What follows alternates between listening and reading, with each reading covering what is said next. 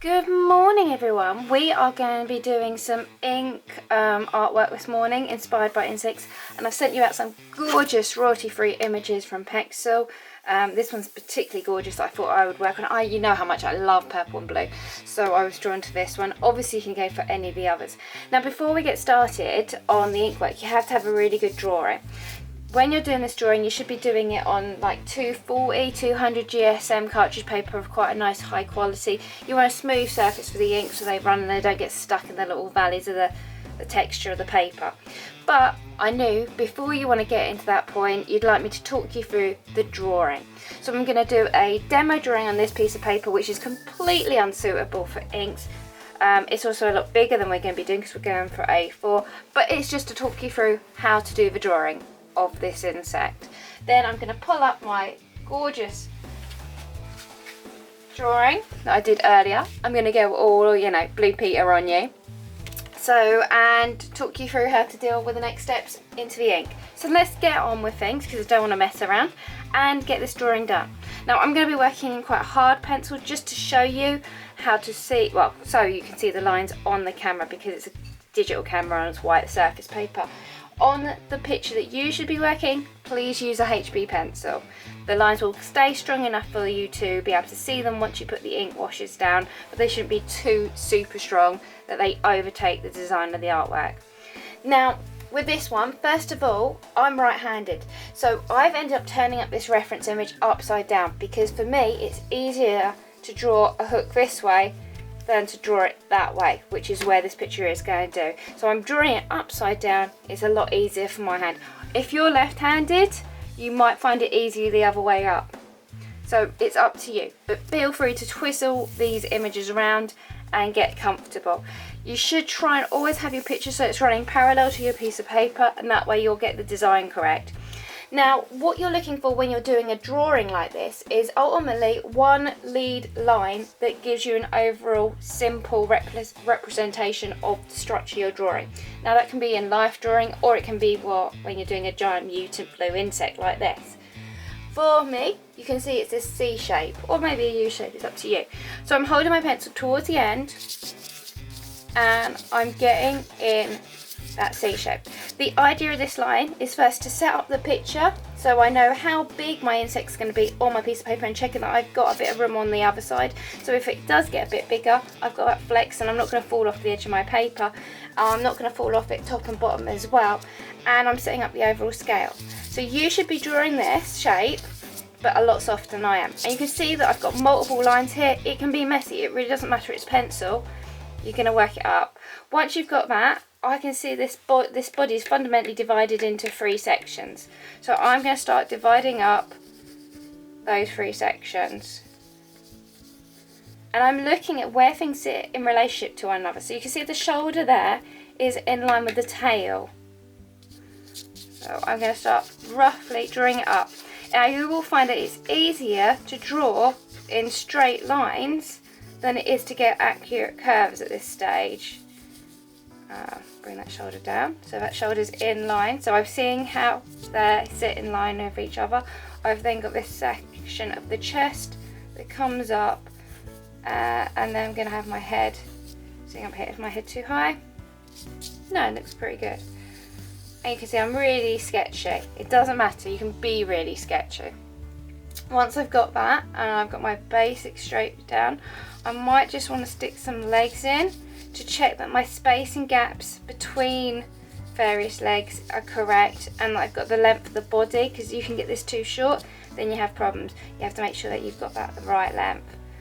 Then I've got this wing, so I'm going to just draft a diagonal line in. I'm seeing where that comes, and that comes where this tail splits the second time, because I've got a second there and then I've got a third split here ultimately. And then I'm going to end up with my shoulders coming in here. The wing comes in lower from the shoulders, then arches around, as you can see, and then I get the back of the insect coming in there, that coming up there, and shaping around. So it's quite squiggly, you can see. Technical terms all the way, my squiggliness, and lively. Once I've got this, I'm then going to slide my hand down my pencil, and I'm going to start refining things. It's up to you if you want to work from this end, if you want to work from this end, or if you want to work from the shoulder. I quite like it on this insect working from the shoulder because I can start seeing how the insect's kind of body structure all starts fitting together and checking that I've got enough space for everything. This one's a little bit more difficult because we've got areas of black contrast. And like I said, you can see that I'm going a lot darker than you should be going. Do keep that in mind, don't copy me on the tone. You should be a lot lighter than I am doing. But you can see that I'm starting to now really navigate the general bumps and kinks of the various core parts of the insect's body. And if I find that I've got too big, I'm bringing it in closer. It's pencil work, so you can do that. That's one of the perks. And look at that arc. You can see that arc? It comes in where the wing starts. Just come off the body shape. See that spine that leads through into the back. And that wing coming over.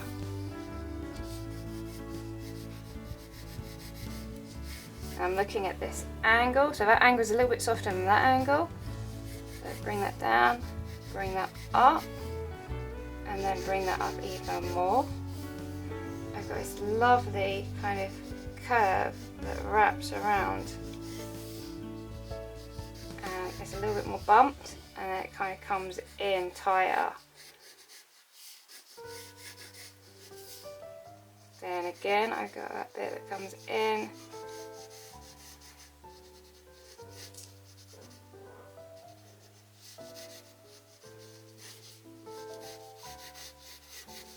Like I said, do be aware that I am going much darker than you should be. This is just so that you can see the lines nice and crisply. Then I've got to bring this head down. And I'm looking at how big this head is in relationship to ours. So I'm looking at this and I'm seeing the head's just slightly bigger than what I've got down here.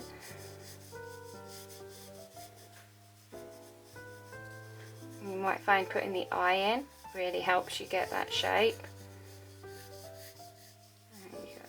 Then the odd bits of detail, so you can start checking your negative space, so the space in between various parts of the body. Check that those are the right sizes and roughly the right shapes.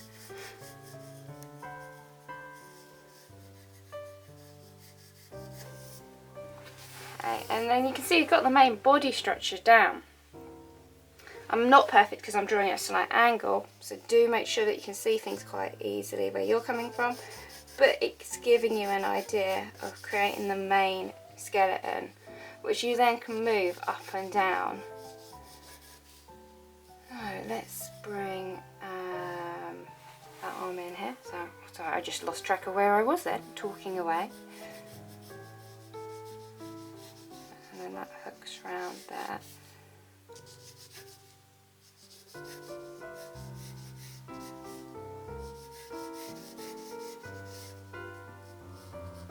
You can see a lovely look, goes up the hill, and then a little kink, and in there. And you can see various other bits just coming in here.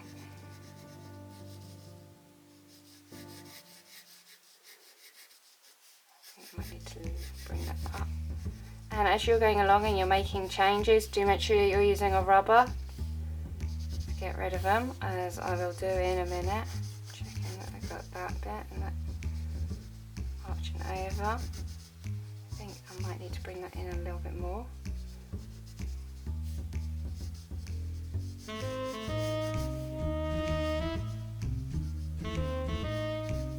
Okay, and you should start ending up with something like this. So I'm going to take my rubber.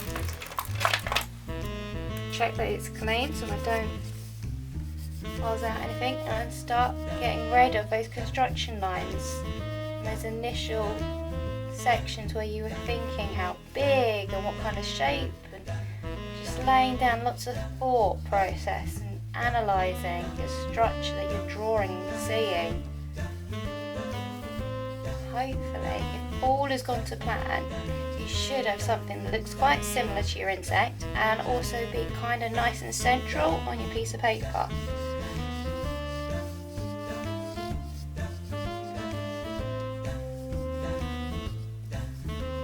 Now this is drawing by eye. There is no kind of gridding on this process or anything like that.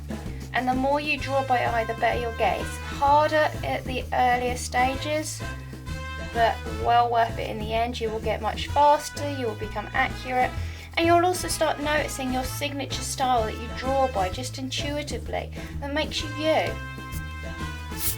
And don't try and get too perfect. Embrace your own character of drawing.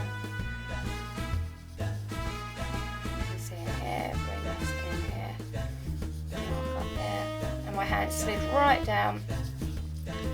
Now I'm coming in, I'm whacking in those wing shapes. This just takes practice. There's no magic bullet. You just need to practice, and you just need to start looking at how elements of the structure sit in relationship to one another. And be prepared to keep changing your drawing to get it accurate. You're never going to get it right first time. It's going to take a little bit of practice. Now, this is just a rough one so that you can see where you should be going with it. And plotting in obviously the different areas and the detail. Don't worry too much about the hairs or anything like that. But you are interested in where you're getting areas of colour and where you're getting areas of the black shadow that you can't quite see the body structures on. Okay. So it should be a bit more refined than this, but it teaches you generally how to deal with it. Now, I can see that my bit is falling off the bottom there, so I'm just going to pull that in, and you can see the overall insect shape. So I'm just looking at my picture on the camera in relationship to the reference image. I'm a little bit out on the head. I probably should need to bring it down, and I may need to bring my tail up. But generally, for a 5-minute drawing, it's not too bad. So now that you've done that, you've probably, well, hopefully, you've cleaned it up. You've taken all your guidelines out. You've got it nice and detailed. You should have something like this. Okay. Now with this one, this is done on a much higher grade of paper. I'm gonna take my putty rubber because I was just sitting in bed last night sketching this out while watching TV. Which is probably not the best way of drawing, but it's my preferred method, shall we say, the Kim method. And I didn't have any erasers on me, so I had to leave my guidelines, which is kind of nice because you get to see how my thought process was planning out last night. So I shall remove these and we can get on with the colour. Right, now you should have something like this. Let me just take this down. Now while I've been drawing this, my board has been at 45-degree angle. I'm going to lower it to a flatter angle because I want to put a few colours that are going to blend into one another, and if I have it at this angle they're going to run a bit too much. So I'm going to turn you off, turn you on again, and we'll be ready to go. Right everyone, so you can see I'm now getting my main bulk of tools ready to rock and roll. I have gone and raided the recycle bin and got a little kind of cake pot that I'm going to use for my inks. It's good if they're in a cup shape so that your inks don't run or mix between them. It gives you some better options for mixing. I've got a range of brushes. You're going to need some larger ones, as you can see here, and some little tiny diddly ones because it's got so many tiny little hairs. You're going to have to watch that. I've got my pot of water. It's going to be nice and clean throughout, of course. A bit of tissue, which is always handy. It's a little bit messy, it should be cleaner, but you know, beggars can't be choosers. And then I've got some inks. So I've picked up a range of different colours I thought might be funky to do. I have got this pearlescent, it's called Galactic Blue, that I might give a bash. That could be some fun. I've got a green here which is sap green. I've got a purple which is dioxin, which is gorgeous purple, quite dark, so it will require a lot of water to dilute. I've also got a Prussian blue, which I might use. I'm just going through it and seeing how they look. I've got black, which I'm definitely going to need towards the end of this process. And I've also got some gold, which I thought would be fun to throw in there. Now you can take the gold or a silver or a copper and you can mix it in with a standard colour and it will make it iridescent. Slightly change the shade depending on whether you go for the copper, the gold or the silver. But have some fun. Take a piece of paper and just do a few trial samples to see what happens and what you like. It's always ideal to do a trial run before doing anything that you love on a nice drawing that you've taken ages to do. So go around your drawing, check that it is nice and clean, because remember with inks, once you get those inks down, you will not be able to remove any pencil lines that you've got on your piece of paper beforehand. So it's wise to always do a double take and check that your drawing is as crisply clean as you want it to be in prep for this project. Then obviously give it a brush down or a blow, and then we can get started. We're going to work light to dark, just like watercolours. So obviously blue is going to be a big player. I'm going to take this galactic blue because it just looks too funky not to have a go at. Remember, a little bit will go a long way with these inks. A little bit of a stronger blue. I'm going to grab some of my green dioxin purple. And I'm going to leave the black, but I am going to go for a little bit of gold. You can't go wrong with a bit of gold. Jazz it up. Right, so take your biggest brush. It's up to you if you want to go flathead. Flathead's good for kind of crisp lines. Pointed heads for fine details. It's up to you. I'm going to go pointed because then I can feed some colours in. And I'm going to take my galactic blue to start with. I'm going to take some water and dilute it down so it's fairly washed out. Then I'm going to feed in a little bit of that green into that, so I'm going to wash that out a little bit of water in preparation. As I don't want to lean in my paint as it's wet, I'm going to have to work from the top down. You might find that you need to turn, obviously, where you've got things around a little bit. Okay, now I'm going to feed my galactic blue into the main head of the insect. Which sounds kind of barbaric, but hey ho. Then I'm going to grab a little bit of that stronger blue and I'm going to dab that in just on the corner. You see how that kind of quickly reacted? I'm getting a little bit of water and I'm going to just swirl it in. A little bit goes a long way. You can always grab a little bit of blue and just soften it out if you want to. Because I've got that galactic blue, it's all shimmery, which is rather nice.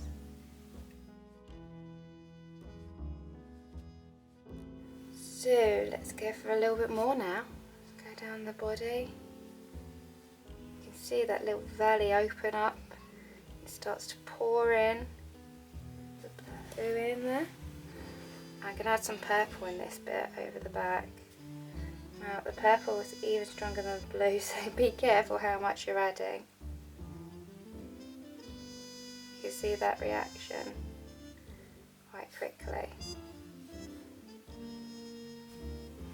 I think I'll add a little bit of green, just so it's mirroring off there. See those colours swirl into one another. I'm using that light blue as my main colour and then feeding the other colours into it.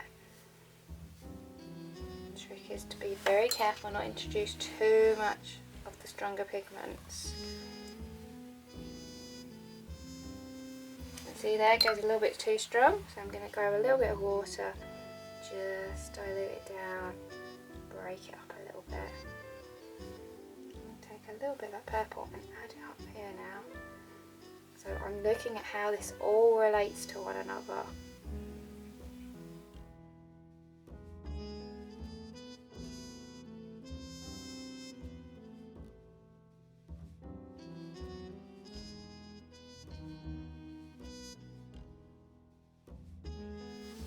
Okay, now come down and we're getting a little bit of that shine kind of coming along here. So I'm going to grab some of my gold. I'm going to put the gold in the areas that I want a little bit more of a shimmer. I'm going to put some gold in here.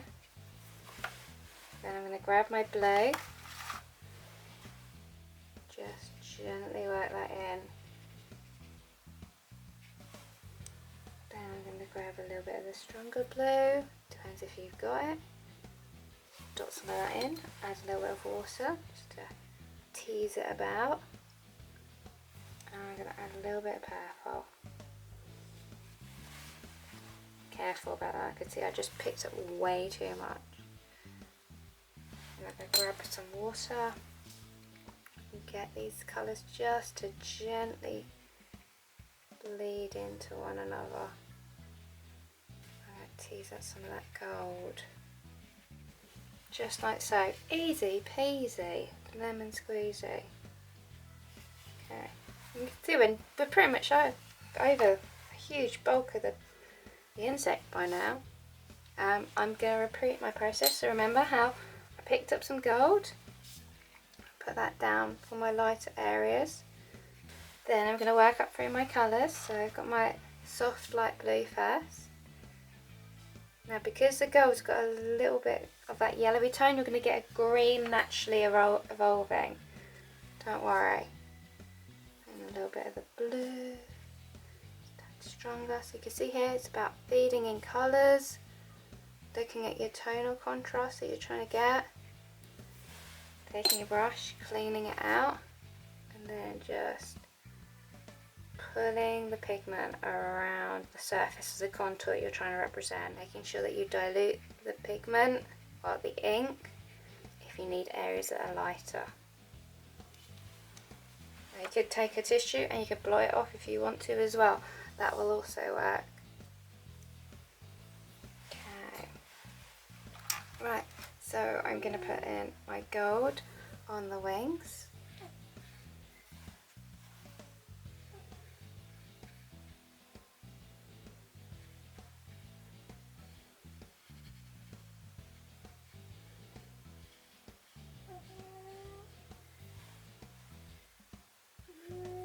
Just grab that water and, like I said before, dilute the gold out if you need it a little bit softer.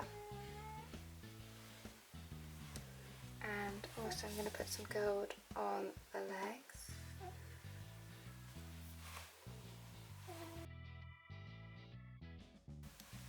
And then there's some little kind of nice gold sections, just where you can have some hairs coming off.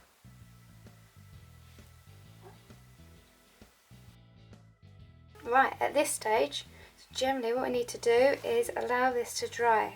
As always, you can do this by using a hairdryer if you want to, or you can go and have a break and come back once it's all ready to do the next stage, which is going to be more of a detailed stage, so get prepped for that. Make sure your water is clean, you've got a new tissue to work on, and we'll get going. See you in a mo. So I've allowed the drawing, well, little ink work to dry off, as you can see here. Now we're going to need to start doing the serious work. So we're going to be building up a little bit more of a deeper blue tone. These inks are still wet, so you can carry on using these. And then I'm going to get my black, which I'll put out in a moment once I've done some more blue fine detail, and work up the detail. That would make sense, wouldn't it? Work up the detail. So grab a brush,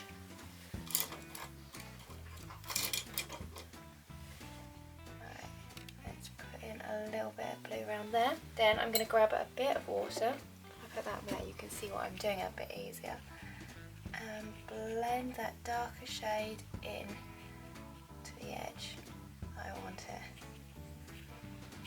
I'm also thinking about the type of dotting brush marks, because you can see this is a very kind of hairy insect. But really consider your brush marks. And you can play around the tones. Down here, where you're getting a little bit more shadow work, you can build in a little bit more tone on that second layer. smooths it out.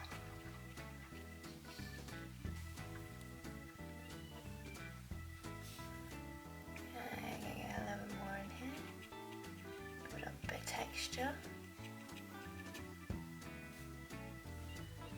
A bit darker.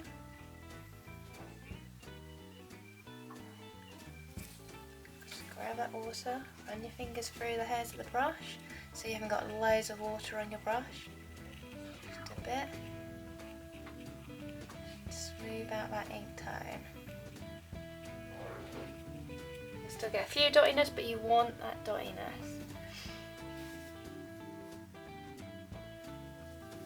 If you want to, you don't have to do this with a blue, you could do it with a stronger green. Play around. So if I grab a little bit of my green, there's a little bit more of a greeny blue down it, I could just speckle in a little bit of a stronger green. It's completely up to you and how you see the image.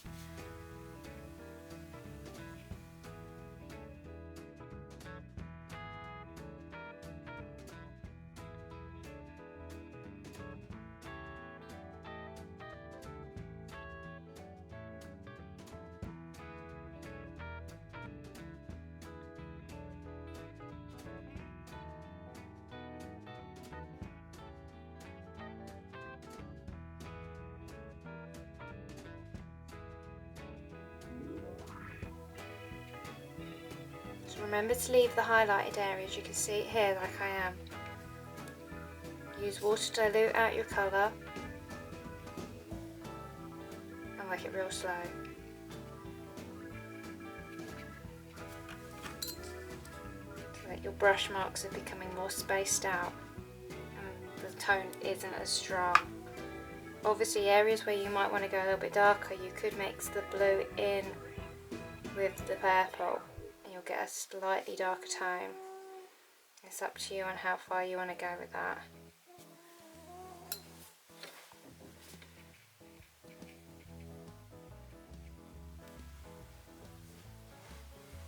Okay, so you should be getting something a little bit more like this.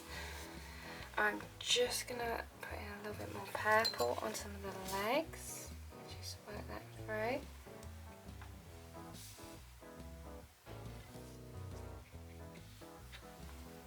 Right, so now what we're looking at doing is getting a thinner brush and getting some black ink. So if you take your black ink,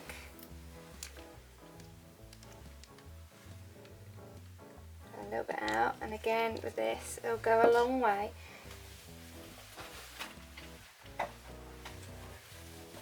And now you're going to need that thin brush, a little bit of water, because you can dilute the black ink and start building up your detail.